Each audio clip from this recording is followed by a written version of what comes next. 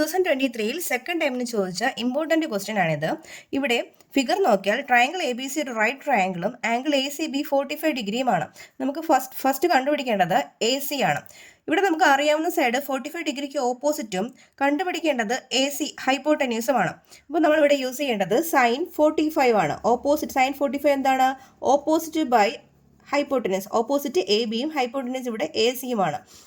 That is A ബിയുടെ value 7 divide by A C. Sine 45ൻ്റെ value 1/√2 ആണ്. ഇവിടെ എ സി ഇങ്ങോട്ട് ക്രോസ് ചെയ്യുക. എ സി ഈക്വൽസ് നമുക്ക് എന്ത് കിട്ടും? 7 × √2 7√2 സെൻറ്റിമീറ്റർ എന്ന് കിട്ടും. ബി ക്വസ്റ്റ്യൻ എ സി വശമാക്കിക്കൊണ്ട് ഒരു സ്ക്വയർ വരച്ചു കഴിഞ്ഞാൽ അതിൻ്റെ ഏരിയ കണ്ടുപിടിക്കാനാണ്.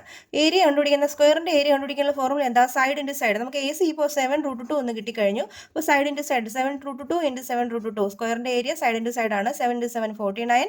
√2 × √2 എത്രയാണ്? 2. ദാറ്റ് ഈസ് 98 സെൻറ്റിമീറ്റർ സ്ക്വയർ ആണ് ഏരിയ.